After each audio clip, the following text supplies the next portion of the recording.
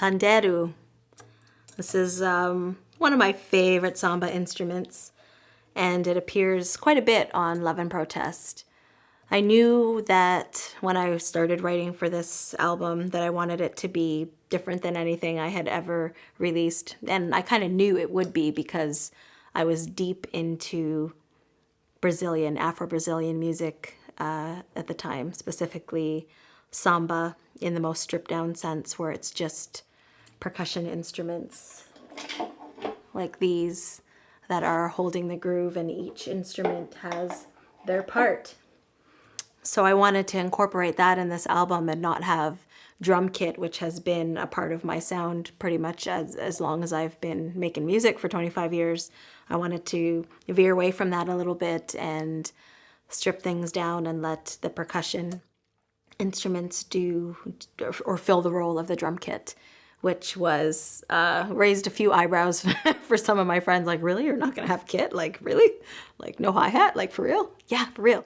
There are whole genres of music where this is very much the case.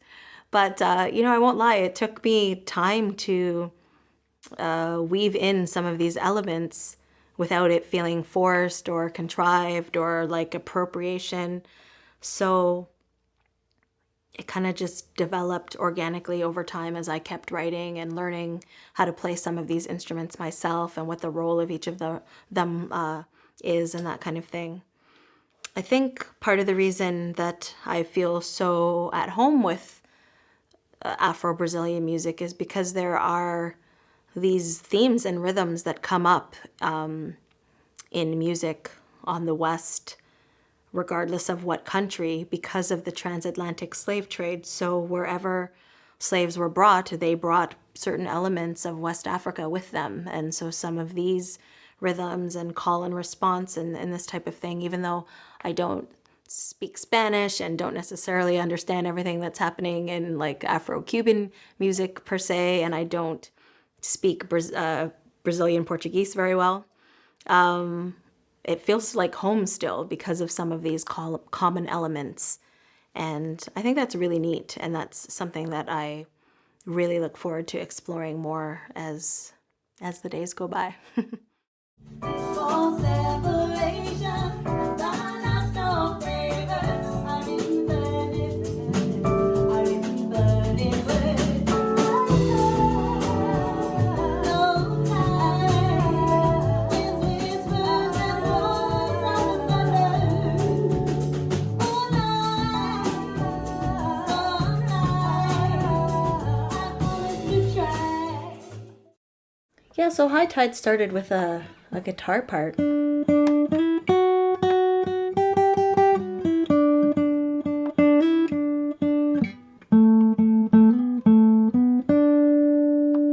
the kitchen at our apartment in Kitchener.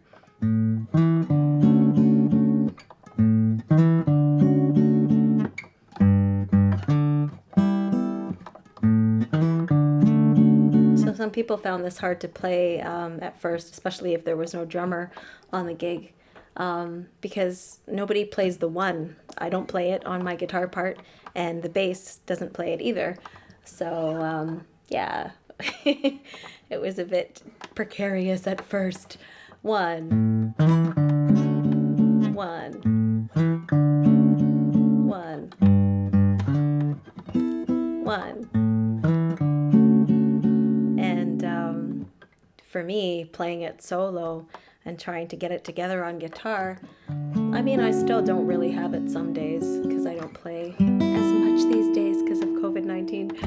But on piano, it's a lot easier to kind of split the parts. Left hand playing bass, right hand playing the chords and stuff. But trying to get a little bit of the bass line together with the accompanying part on guitar was pretty tricky.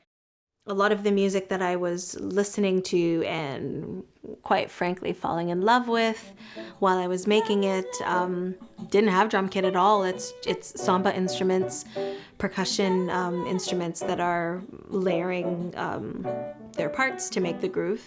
And so I started trying to do some of that in my own loops at first, and then in the songs that I was creating. This be our backbeat on Love is Love. We did experiment with having other instruments imply the backbeat instead of having a typical snare sound. There really isn't too much hi-hat on Love and Protest. I think maybe just one song has a hi-hat type sound. Every other song we're using shaker or panderu or tamborim to give the subdivisions of the beats. And there's another instrument that Max had actually been learning to play extensively, which is similar to panderu, but it's an Indian instrument called the kanjira. And kanjira, panderu, seems like they're pretty similar in how they're played, but he really likes the sound of it. I do too, because it kind of has a little bit of a dum dum sound to it, which is really neat, and it's really highlighted on I Don't Know You.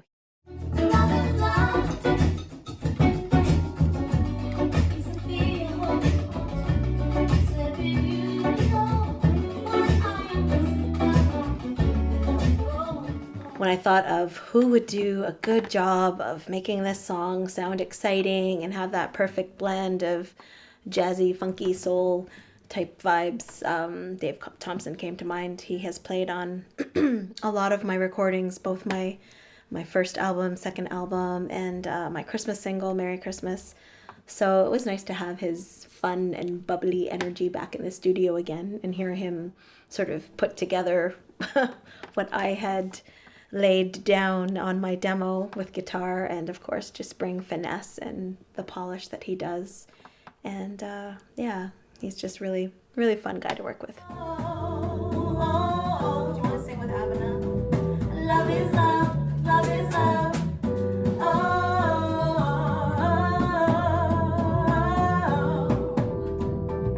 Love is love, love is even quieter, band.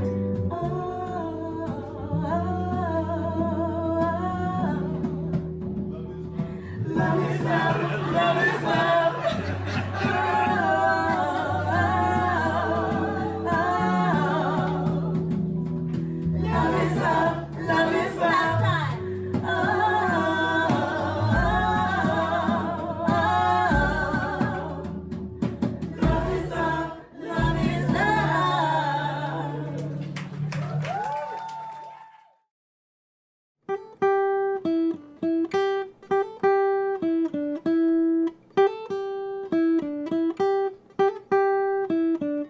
Bass line.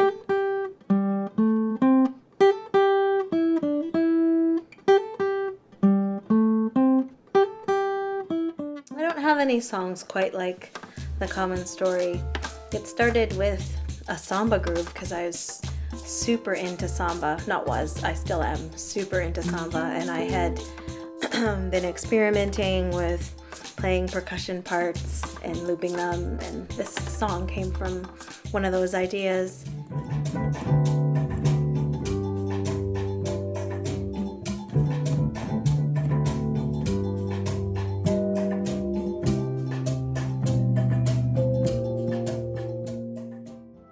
I've never performed this song ever, and neither have they.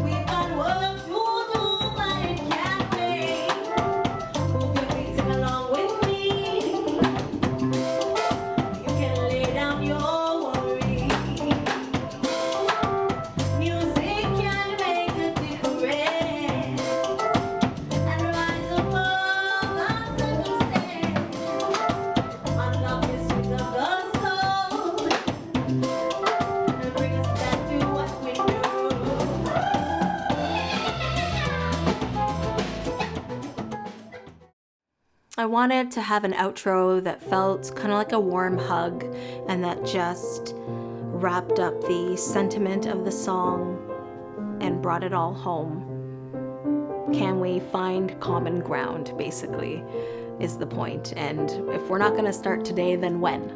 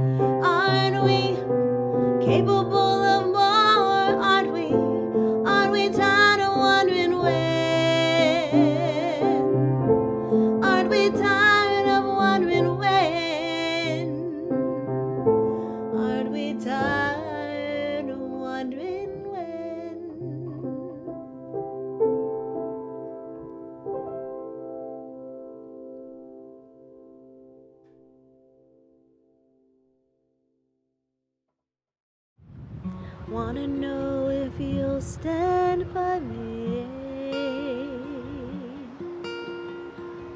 when the going's tough. Are you gonna run when life feels too heavy? When the boat gets rocked, will I have a place where I belong? Hope you know that I am ready.